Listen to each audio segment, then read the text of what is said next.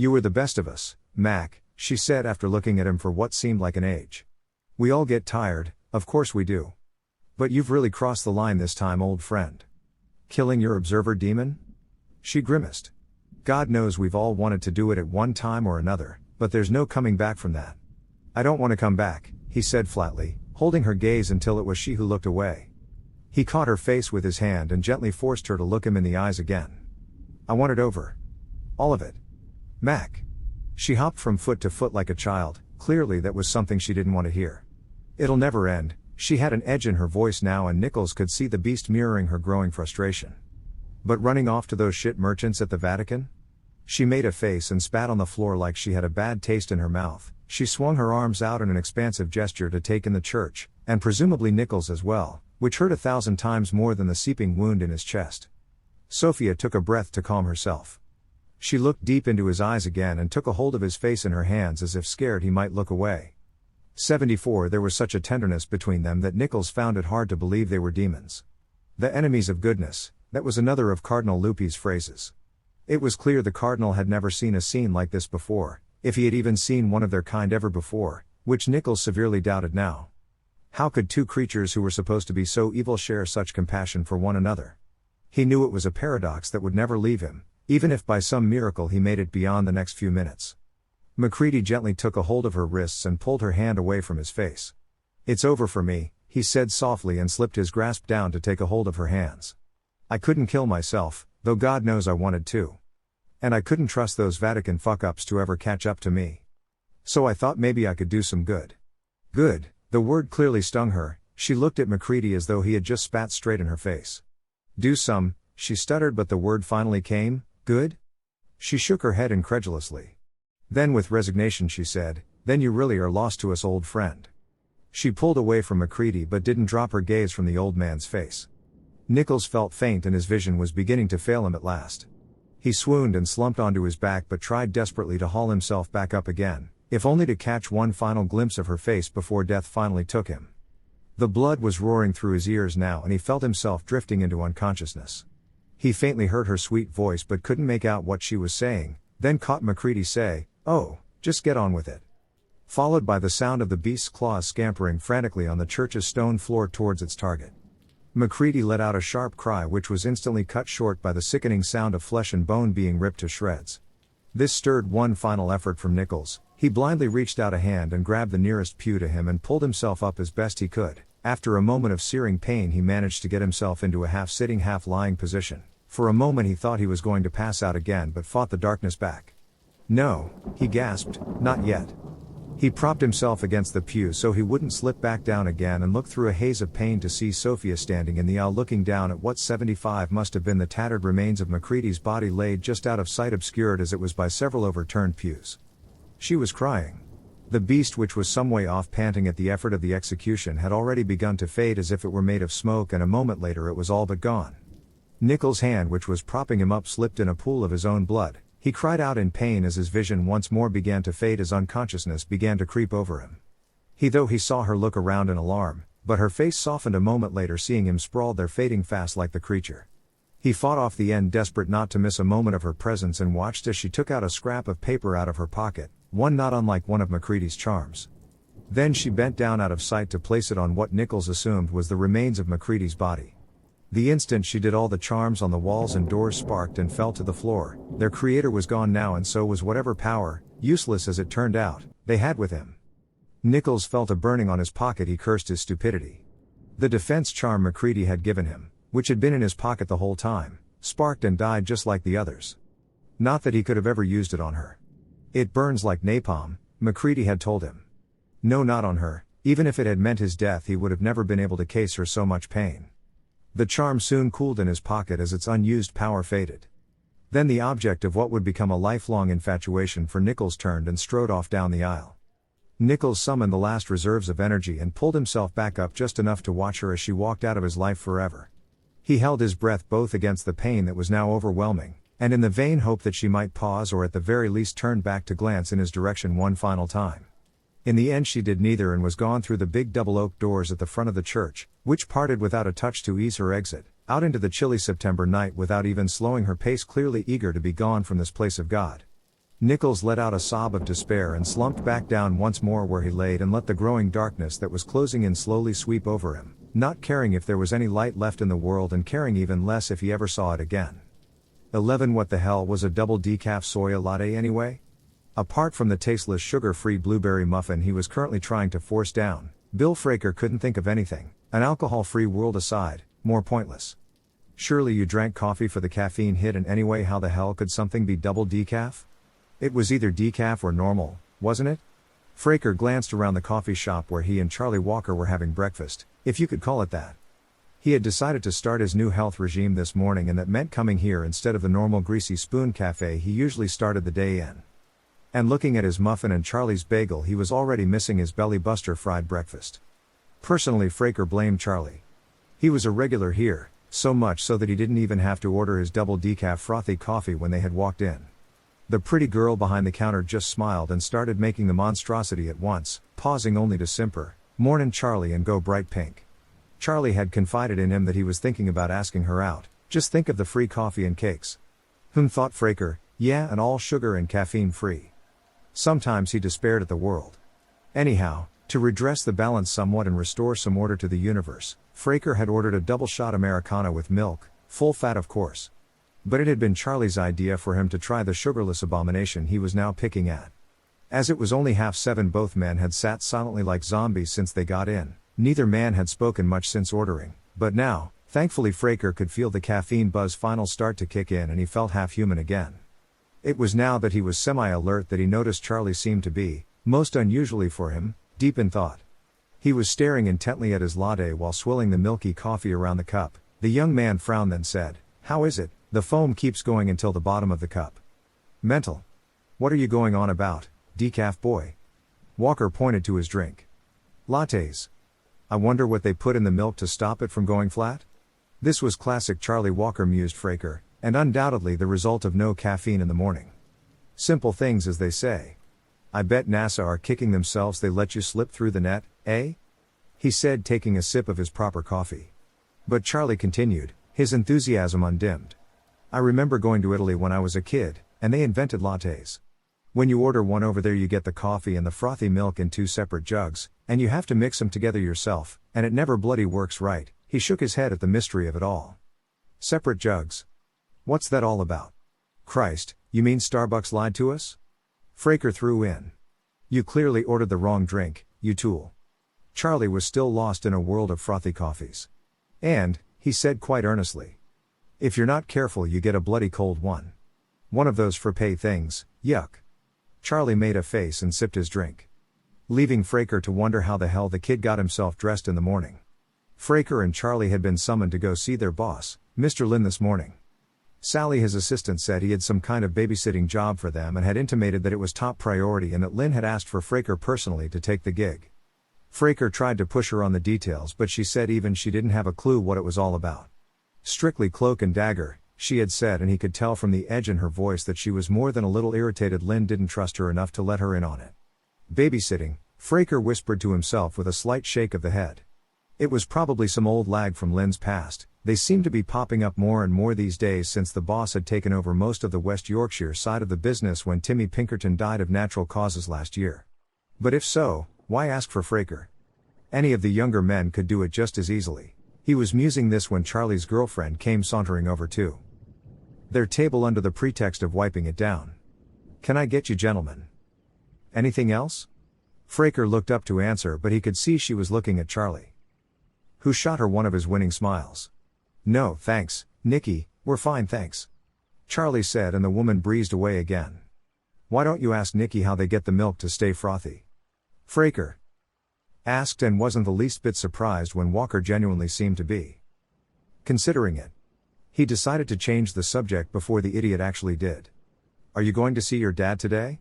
Fraker asked. It was a sore subject, but he knew Charlie hadn't been to see his father in hospital for a few days. As when Fraker had gone to visit the old man yesterday, Charlie's father had commented on it. Charlie wrinkled his nose slightly, the way he always did at the mention of his father lately. "Yeah," he said without much conviction, "I was gonna nip in to see him a bit later, if I can get away." "Does he still think you're an estate agent?" Charlie grimaced. Oh, don't. I really should tell him the truth. It used to be funny, but now? Christ. The poor kid was looking glum now, so Fraker resisted the urge to tell him, I told you so. I wouldn't mind, continued Charlie. But he worked for the boss for nigh on 30 years. They started off nicking the lead off church roofs. Fraker was now regretting bringing it up. Charlie had always been a chirpy little soul, even when he was a teenager collecting bottles at one of the clubs for pocket money. But since his father's illness he had seemed to grow up a bit, maybe more than he had wanted to. After all, he was only 21, and had already lost his mother when he was younger, and the thought of him and his sister, Kate, losing both parents well before they got anywhere near 30, just seemed cruel to Fraker. There were times when he really missed that cocky little so-and-so Charlie used to be, and he was always secretly glad when that side of the young man reappeared every now and then, even if it was usually at the most inopportune moments. He only wants what's best for you, Charlie, Fraker said as Charlie played with his cup, frowning. Yeah, I know, but I've got to tell him the truth, as soon as he's better, replied Charlie. Only because he knew Charlie so well, Fraker couldn't resist a dig to try lighten the mood. Maybe you should tell him now, while he's still ill. That way he won't be able to catch you, let alone beat the crap out of you if he does. And sure enough, he was rewarded with a flash of the old Charlie. True, but I think you're forgetting the fact you've all been lying to my dad too. You know? And I'm sure, ill or not, he could still take down the lot of us. A broad smile cracked his young face. Ha! Too true, mate. Fraker pushed his half-eaten muffin away and drained the rest of his real coffee before getting to his feet. Come on then, Sparky, drink up your magical frothy coffee and let's get a shift on. Charlie grabbed his coat and waved goodbye to Nicky, who flushed and waved back a little too enthusiastically. The two men stepped out into the crisp morning air. I think we should walk, Charlie optioned Fraker. Charlie gave him a look. That's obscene. When we've got a perfectly good gas-guzzling taxi rank over there. The sooner you get fed up with this health kick, the better for me and taxi drivers everywhere. Me on a health kick? When was the last time you had a real cup of coffee, and a proper sugary muffin in the morning? Besides, it's half a mile. For Christ's sake, it won't kill us. Charlie grunted and said, half under his breath but loud enough for Fraker to hear. Well, it won't kill me, Granddad. Which earned him a solid punch on the arm. Ow, I'll bruise there. Come on. And Fraker set off for the town center at a brisk pace, and Charlie reluctantly followed. All in all, and despite Charlie's reluctance, they made pretty good time negotiating the early morning throng of people making their way through the city streets ready to start another working day, and made it to the Tropicana Club, where Mr. Lin was holding court this morning with a good 10 minutes to spare. As they waited outside Lin's office for the official summons, Fraker took the time to glance through the random tabloid he'd picked up on the way while Charlie was busy playing with his new iPhone. Slave as he was to whatever the latest and greatest new gadget was. If that thing beeps once more, I'm smashing it, said Fraker without looking up from his paper. Charlie instinctively shielded his new prized possession from harm. Give over, I'm still trying to work it out. Well, work it out on mute, you tit. Fraker replied. See what caffeine does for you? Fraker threw down his paper and made a half-hearted grab for the phone, which seemed to do the trick because Charlie put it in his coat pocket. You're just jealous because you can't even work your own phone. And that doesn't even have a fucking camera, said Charlie incredulously. If I want to take a picture, I'll buy a fucking camera. Oddly, I use my phone to make fucking phone calls. Then added. Anyway, it does have a camera, somewhere. Freak, said Charlie under his breath. How's that bruise on your leg? Fraker said to Charlie after a moment. What bruise? Fraker punched Charlie hard on his thigh. That fucking bruise, and he roared with laughter at his own immaturity. Charlie grasped his leg, cursing. Ow. That fucking hurt. He started rubbing it better. I know people, he announced. I could have you fucking killed. Charlie tried to say it with a straight face but failed miserably and Both men laughed. How old are you two? They turned to see Sally, Mr. Lynn's assistant. Coming out of his office looking surly, obviously she had failed to find out what the old man wanted Fraker and Charlie for, and it showed. Fraker knew she practically run things around here, so wouldn't take too kindly to being kept out of the loop. Morning, Sally, said Charlie cheerfully and flashed her a smile, but this vanished when he saw her face. She looked at them both like they were naughty school children about to see the headmaster. Fraker didn't know what it was about her, but she scared the hell out of him, even though she was some 20 years his junior. You can go in now, she said, her voice sub-zero. She left the door to Lynn's office open and without giving them another look strode over to her desk and sat down, her face like thunder. Fraker and Charlie exchanged a glance and a grimace before going through into Lynn's office. They both knew better than to say another word. The old man was sitting behind his large oak desk which dominated the office. He smiled warmly as they entered. He stood to usher them inside.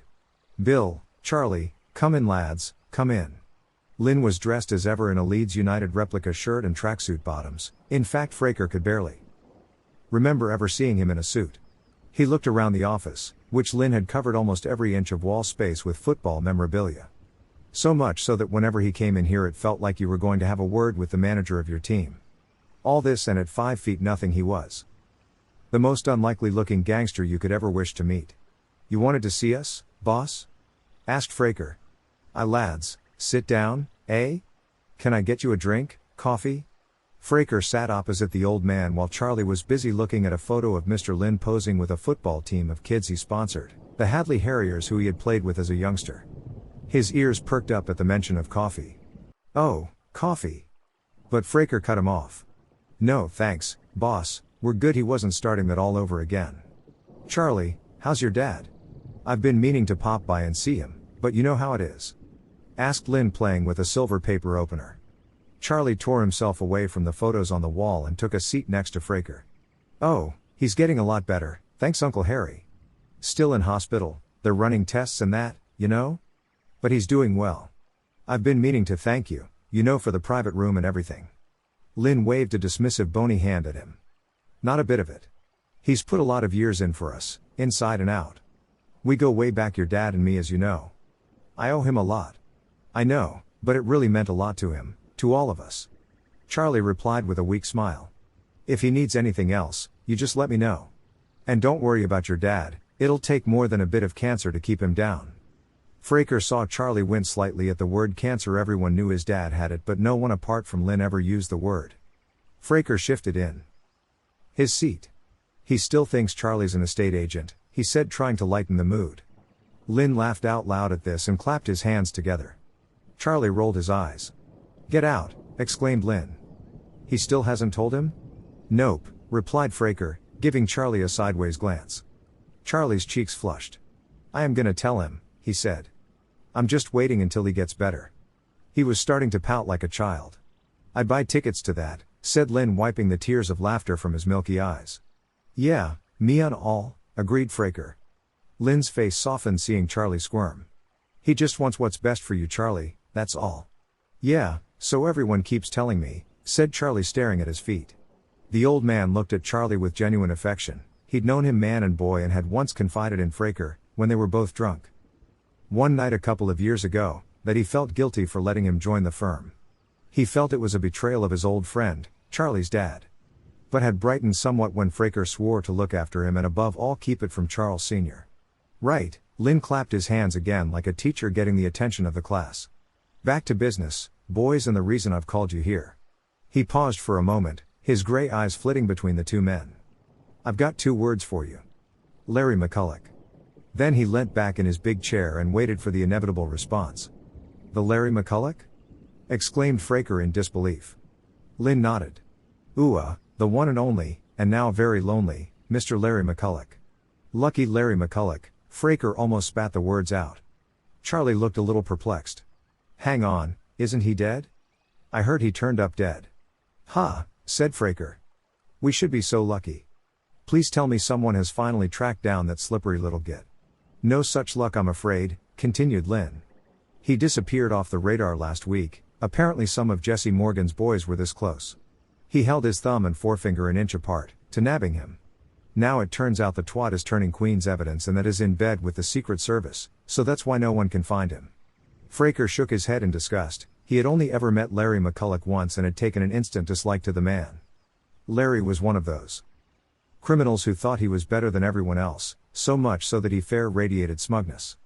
More fool the government if they actually believe any of his bullshit, he said. You know, I heard he actually did sell his grandmother once. So, just who's after him anyway? Asked Charlie. Everyone, I think, said Fraker. Anyway, boss, this is Southern stuff, isn't it? Lynn's eyes wandered around the room as if searching for the right words, but when none were forthcoming he looked back at the two men with the steadiest gaze he could muster. I've been asked, well, to be honest, told, to lend a hand in tracking him down. It's hard to explain, lads, but suffice it to say McCulloch has pissed off all the wrong people in a quite spectacular way this time. Whoever he was working for want him bad. Guess he knows too many things about too many powerful people. And it's making everyone very nervous. Lynn furrowed his brow and his eyes glazed over for a moment. It was strange, we had a big meeting, all the big wigs were there and that hadn't happened for years. And His voice faltered as he remembered, and for the first time in all the years Fraker had known him he looked scared.